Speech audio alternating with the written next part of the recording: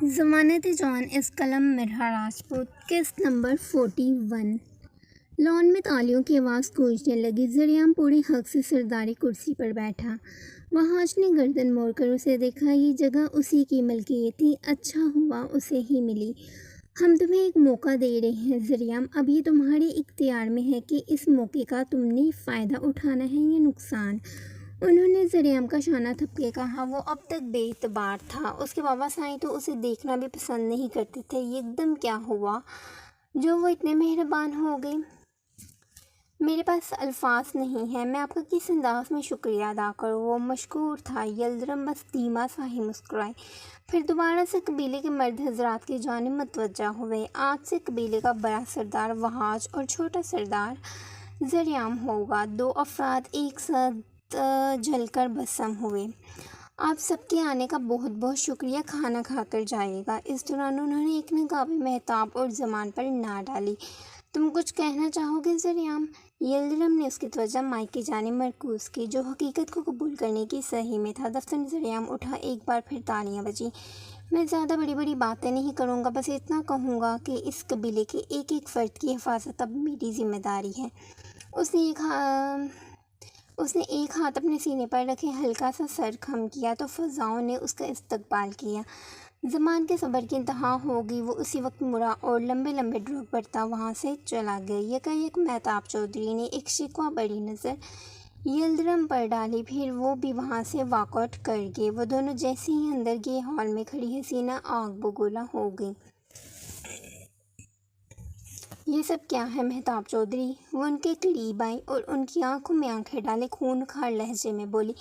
زمان وہاں سے چلتا ہوا اپنے کمرے میں جاتا بند ہو گیا۔ حسینہ دھیرے بولو۔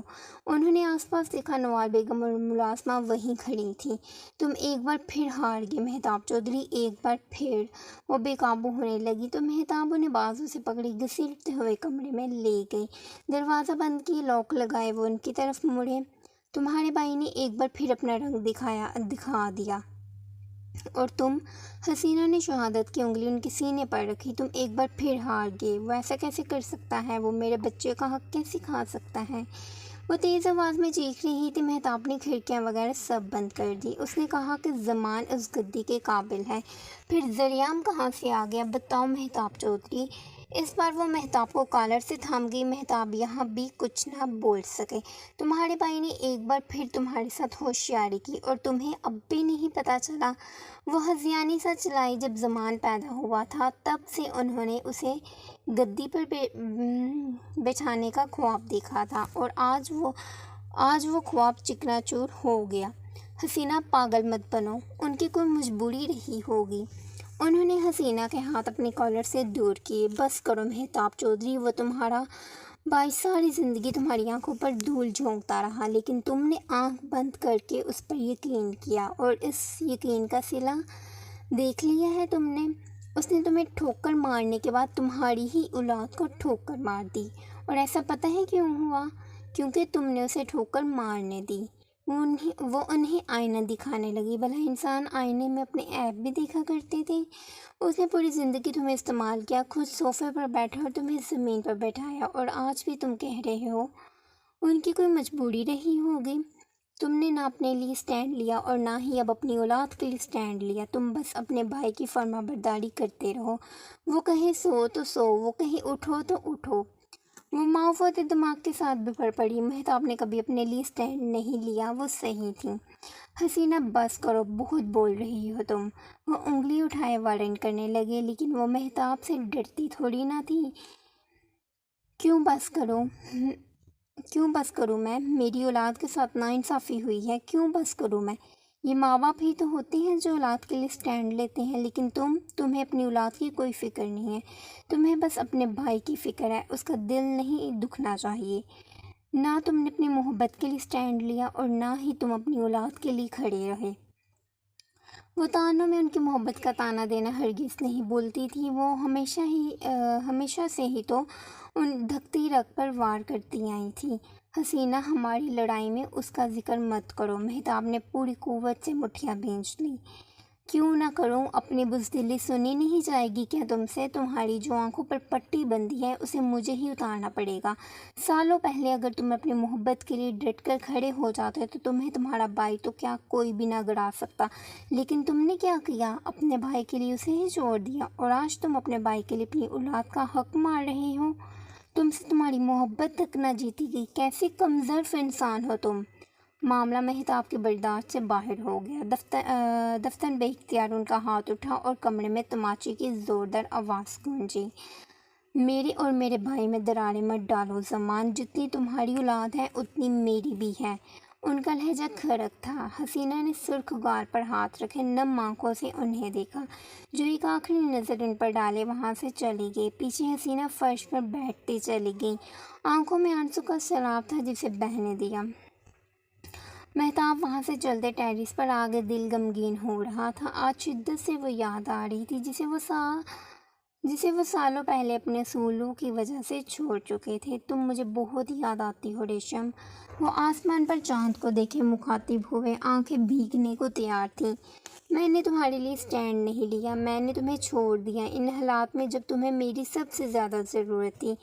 میں نے تمہیں زمانے کے رحم و کرم پر چھوڑا، تمہارا دل توڑا۔ شاید تمہاری ہی بددعا لگی ہے جو میں آج تک دل سے نہیں مسکرایا۔ ایک کے بعد ایک آنسو ان کی آنکھ سے لڑکتا چلا گیا۔ دل چاہتا ہے وقت کو پیچھے لے جاؤں اور ان لمحوں کو دوبارہ سے جیوں جو میں نے تمہارے ساتھ گزارے۔ وہ اس پر جان چھڑکتے تھے، پھر کیا وجہ بنی کہ انہوں نے اپنی ہی محبت کو چھوڑ دیا، وہ بھی ان حالات میں جب وہ امید سے تھی۔ ریشم تم کہاں چلی گئی ہو؟ میں تمہاری ایک جھلک دیکھنے کو ترس گیا ہوں، بس ایک جھلک مجھے دکھا دو، میں زیادہ نہیں مانگ رہا۔ انہوں نے گدی اور عورت میں سے گدی کو چنا تھا۔ گدی سے تو وفاداری نبھا لی لیکن اپنی محبت سے بے وفائی کر لی۔ کاش کہ وہ عورت کو چنتے، ان کا سکون عورت میں تھا، گدی میں نہیں۔ حویلی میں جشن کا ماحول تھا، مردان خانے میں محفل سجا رکھی تھی۔ میں تمہارے لیے بہت خوش ہوں زریام۔ وہ آج خوش دلی سے اس کے گلے لگا۔ آج سب اس پر اتنا مہربان کیوں ہو رہے تھے؟ زریام کا دل چاہا پوری دنیا جھوم میں۔ شکریہ لالا، اس نے وہاج کو اپنا گہرا تنگ کیا۔ باقی سب حقہ پینے میں مصروف تھے۔ تو پھر ڈیرے پر چلے، بختیار کی موت اسے چیخ کر آوازیں دے رہی ہے، وہاج مزاحیہ لہجے میں بولا تو زریام نے فوراً اس بات میں سر ہلایا۔ پھر وہ دونوں ایک ساتھ حویلی سے نکلے۔ وہاج ڈرائیونگ کر رہا تھا اور زریام فرنٹ سیٹ پر اس کے ساتھ بیٹھا تھا۔ پہلے انہیں کاٹیج جانا تھا، بختیار کی بیٹی کو لینا تھا، پھر ڈیرے پر، لیکن اس سے پہلے زریام نے موبائل نکالے فوٹو جان کی، یہ دیکھنے کے لیے کہ وہ کیا کر رہی ہے۔ وہ اپنے کمرے میں تھی، دروازہ بند تھا۔ ڈریسنگ کے سامنے کھڑے پہلے اس نے خود کو دیکھا، پھر دیکھتے ہی اس نے اپنی کمر سے شرٹ تھوڑی اوپر کو کر لی۔ زریام اسے دیکھتا رہ گیا، آخر وہ کیا کر رہی تھی۔ جانا نے شرٹ اوپر کی تو آئینے میں اس کا ٹیٹو نظر آنے لگا، جسے دیکھ کے زریام ایک پل کو مبہوت رہ گیا۔ اس کے دودھیا کمر پر بنا تتلی والا بلیک ٹیٹو بہت ہی اٹریکٹیو تھا۔ زریام نے یہ پہلی بار دیکھا تھا۔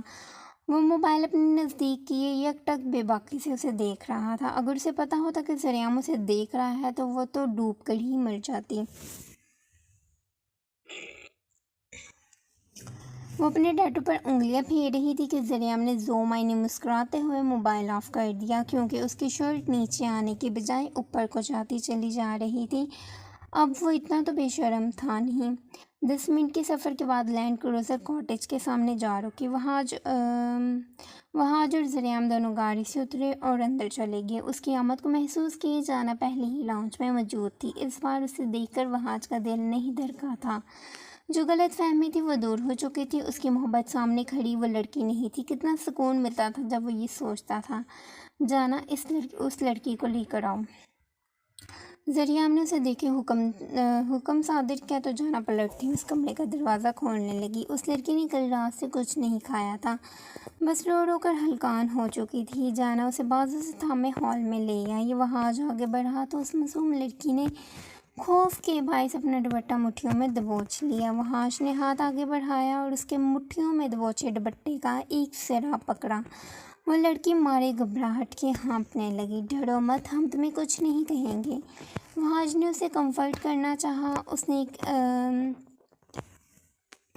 اس نے ایک چیٹی نگاہ وہاج پر ڈالی، پھر وہاج نے اس کے دوپٹے کا سرا کھینچا تو وہ اس کے پیچھے چلنے لگی۔ ذریعہ جانا کو بتانا چاہتا تھا کہ وہ سردار بن گیا ہے، لیکن نہیں، یہ صحیح وقت نہیں تھا، اسے اتنی عجلت میں نہیں بتانا تھا۔ لالا آپ یہیں رکے، میں بس ابھی آیا۔ ذریعہ اب نے جانے کیا لینے کے لیے اپنے کمرے میں چلا گیا۔ تم دونوں میں سب نارمل ہو گیا؟ جانا نے محسوس کیا وہ ایک دوسرے کو بے تکلفی سے مخاطب کر رہے تھے۔ ہاں، کیونکہ مجھے میری محبت مل چکی ہے۔ تم جانتی تھی وہ علی ہے، لیکن تم نے مجھے پہلے کیوں نہیں بتایا؟ وہاج نے اسے دیکھے سوال کیا۔ جانا انگلیاں مروڑنے لگی۔ اب وہ وہاج کو کیا بتائے کہ وہ مجبوری میں علیہ کی جگہ لے رہی تھی، حالانکہ وہ ایسا نہیں چاہتی تھی، لیکن اس کے علاوہ اس کے پاس کوئی راستہ ہی نہیں تھا وہاج کو خود سے محبت کروانے کا۔ 7 سال پہلے جب اسے ریسٹورنٹ کے اونر سے معلوم ہوا تھا کہ وہ پائل وہاج چودھری کے پاس ہے، اور اس نے کہا ہے کہ اگر کوئی پائل کا پوچھے تو فوراً وہاج سے رابطہ کیا جائے، لیکن جانا نے ایسا نہیں کرنے دیا۔ اس نے پائل کے ذریعے ایک کہانی بنائی، پوری پلاننگ کی، اور 7 سال بعد وہ پوری پلاننگ سے وہاج کی زندگی میں انٹر ہوئی، مگر ذریعہ نے وائلڈ کارڈ انٹری لے کر اس کی ساری محنت ندی میں بہا دی۔ میں چاہتی تھی تمہیں خود پتہ چلے۔ جانا نے شانے اچکائے تو ذریعہ بھی آ گیا۔ پھر اگلے ہی لمحے وہ دونوں کاٹیج سے نکل گئے۔ اب ان کی گاڑی کا رخ ڈیری کی جانب تھا۔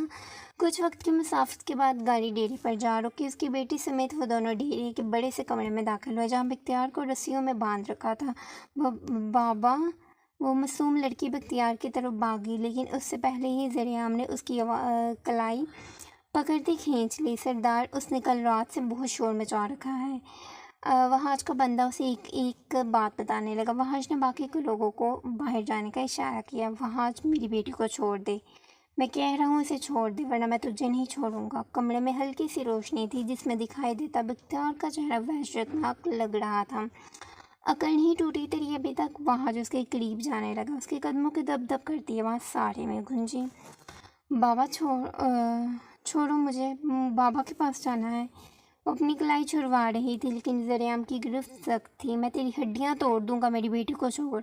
وہ اس بار ذریعہ سے مخاطب ہوا، جسے مسکرا کر اس کی دھمکی ہوا میں اڑائی۔ چل آ، پہلے تو میری ہڈیاں توڑ لے، پھر میں تیری بیٹی کو چھوڑ دوں گا۔ ذریعہ نے اس کے رسیوں میں جھٹکے وجود کو تنبیہ کیا۔ بختیار کلس کر رہ گیا۔ تو نے کل مجھے 2 آپشن دیے تھے، آج میں تجھے 2 آپشن دیتا ہوں۔ وہاج نے بات کا آغاز کیا۔ بختیار نے لہو لہان ہوتی آنکھوں سے اسے دیکھا۔ ایک طرف تیری بیٹی ہے تو دوسری طرف تیری انا، بتا کسے چوز کرے گا؟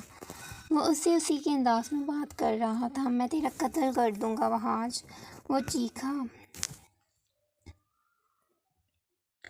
بعد میں آرام سے کر لینا، پہلے تو چوز کر۔ وہاج نے اسے بالوں سے پکڑ اس کا چہرہ اوپر اٹھایا۔ اگر تو اپنی بیٹی کا انتخاب کرے گا تو تجھے ہم سے معافی مانگنی پڑے گی، اور اگر تو انا کو چنے گا تو ہم تیری بیٹی کو دوبارہ واپس لے جائیں گے۔ بتا، بیٹی چاہیے یا نہیں؟ وہاج نے ابروچ کھائے۔ بختیار نے دانت پیس لیے۔ مجھے میری بیٹی چاہیے۔ ایک نگاہ اس نے اپنی بیٹی پر ڈالی، جس کی آنکھوں کے پپوٹے رو رو کر سرخ ہو چکے تھے۔ تو چل معافی مانگ۔ بازو فولڈ کیے، سینے پر باندھ لی۔ بختیار گہری سانس بھرتا رہ گیا۔ پورے 2 منٹ ان کے درمیان خاموشی چھائی، جیسے جلد تو نہیں، لیکن کچھ وقت بعد بختیار کی آواز نے توڑا، مجھے معاف کر دو۔ وہ روکھے سے انداز میں تیزی سے بولا، جیسے الفاظ آرام سے ادا کرے گا تو اس کی روح میں ٹھیس اٹھے گی۔ صحیح طرح معافی مانگ، بول، وہاج مجھے معاف کر دو، مجھ سے غلطی ہوگی، دوبارہ میں اپنی غلیظ نظر بھی تمہاری بیوی پر نہیں ڈالوں گا۔ وہ وقفے سے بولا۔ بختیار کو یہ دنیا کا سب سے مشکل ترین کام لگا۔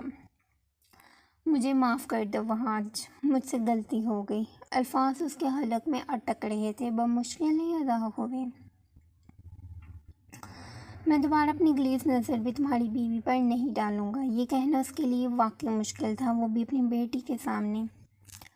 تجھے آخری بار بخش رہا ہوں، ورنہ میں نے تیری ایسی دھلائی کرنی تھی کہ دنیا یاد رکھتی۔ وہاج نے اپنے بندے کو اشارہ کیا تو وہ بختیار کو کھولنے لگا۔ جاؤ، انہیں گھر چھوڑ دو۔ وہ ایک آخری حکم دیتا وہاں سے نکل گیا۔ اس کے پیچھے ذریعہ بھی باہر نکلا۔ اب وہاج کا ارادہ سیدھا حویلی جانے کا تھا۔ وقت بہت ہو گیا تھا، اس نے ڈنر نہیں کیا تھا، اسے علیحہ کے ساتھ ڈنر کرنا تھا۔ ذریعہ کاٹیج چلا گیا تو وہاج حویلی۔ گیراج میں گاڑی پارک کرتے اس نے انٹرس پار کرتے زینے چڑھتے اپنے کمرے کا رخ کر لیا۔ دروازہ کھولے اس کا خیال تھا کہ وہ یقیناً موبائل میں جو کہ سکرول کر رہی ہوگی، لیکن وہاں جیسے ہی اندر آیا وہ تو کمرے میں ہی نہیں تھی۔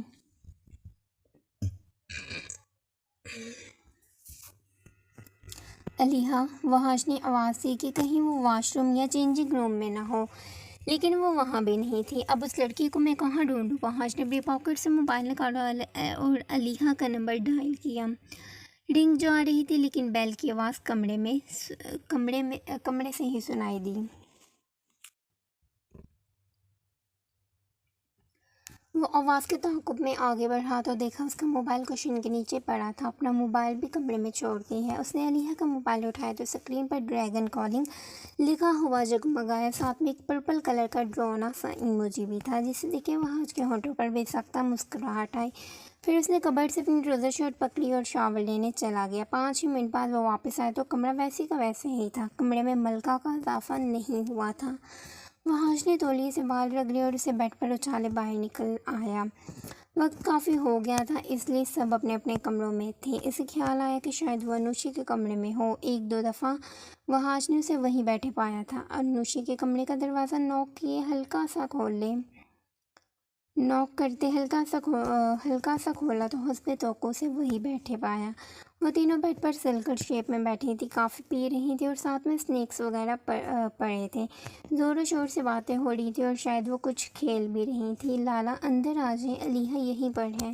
انوشی، جس کا رخ دروازے کی سمت تھا، وہاج کو دیکھے بولی۔ وہاج نے علیحہ کی پشت دیکھی جو اس کی طرف تھی، اور ان دونوں کے سامنے مائسہ بیٹھی تھی۔ وہ شاید ارمان کو سلانے کے بعد ان کے ساتھ گوسپ کرنے آئی تھی، کیونکہ ارمان کسی کام سے گیا ہوا تھا۔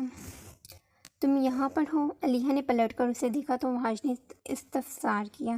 کمرے میں چلو، مجھے سونا ہے، وہ بے خودی میں بولا۔ علیحہ سمیت وہ دونوں اسے تکنے لگیں۔ تو سو جائیں جا کر، میں کیا آپ کو لوڑی دے کر سلاتی ہوں؟ وہ ایک ہی سانس میں بولی۔ دفتن وہاج نے اسے گھڑیاں ڈالی۔ علیحہ کو تھوڑا لمبا کیے دانتوں تلے چبایا گیا، مگر اسے پھر بھی اثر نہ ہوا۔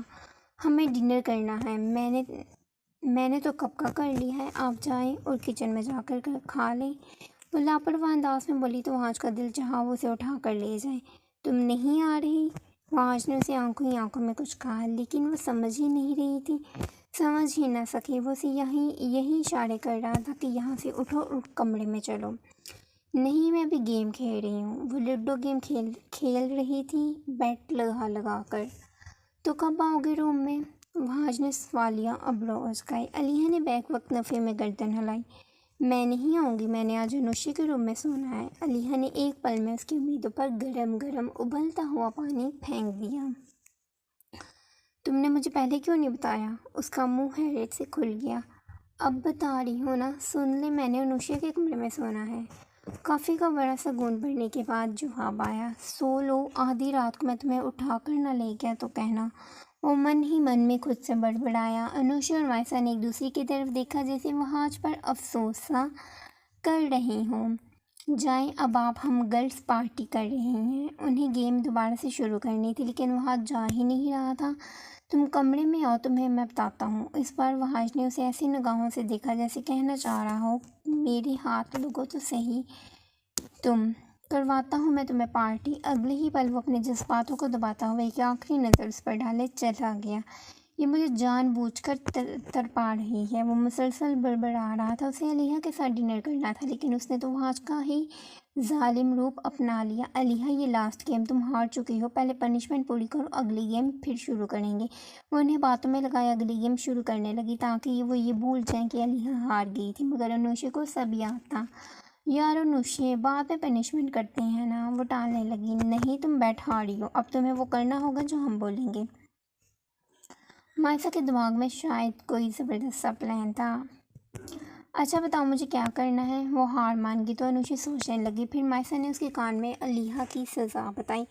تمہیں وہاں جلالہ کے گال پر کس کرنی ہے؟ مائسہ سہولت سے بولی تو علیحہ کی تو پوری کی پوری آنکھیں ہی پھیل گئیں۔ کیا؟ اسے لگا اس نے کچھ غلط سن لیا۔ مائسہ جانتی تھی ان میں اب اتنی نزدیکیاں نہیں ہیں جب یہ سزا بیسٹ تھی۔ وہ بھی وہاج کو کس؟ وہ بھی وہاج کو؟ وہ صدمے میں جاتے جاتے بچی۔ وہ اسے حق کر سکتی تھی لیکن کس نہیں، ہرگز نہیں۔ ہاں ویسے بھی آسان ہے یہ، انوشا نے اسے ہمت دینی چاہیے۔ علیحہ نے مسلسل نفی میں سر ہلایا۔ نہیں میں یہ نہیں کروں گی، اسے لگے گا میں سچ میں اسے کس کر رہی ہوں۔ علیحہ کو سوچ کر ہی کچھ ہونے لگا۔ ایک کس ہی تو ہے علیحہ، اس کے علاوہ کچھ اور بتاؤ۔ اس میں آپشن نہیں ہے۔ لیکن میں کیسے کروں، میں اسے نظریں ہی نہیں ملا پاؤں گی۔ تم اس کے چک پر کس کرتے ہی بھاگ جانا، مائسہ نے مفت کا مشورہ دیا۔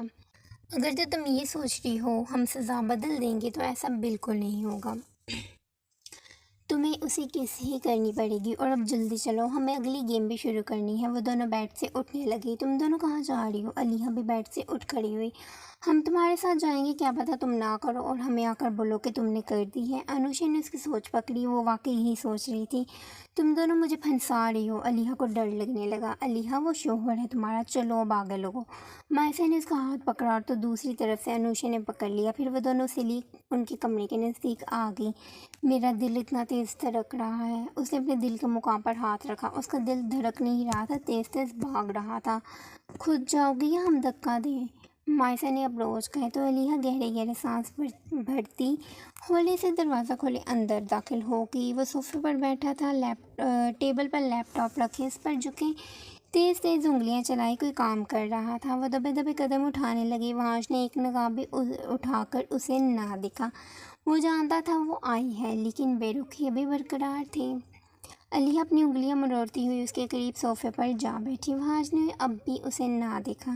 علیحہ نے اپنے لبوں پر زبان پھری۔ وہاج اسے نظر انداز کر رہا تھا۔ اس بات کا فائدہ اٹھاتے وہ ایک جھٹکے میں اس کے قریب ہوئی اور پھرتی کی رفتار سے اس کے ڈمپل والی گال پر لب رکھتی گئی۔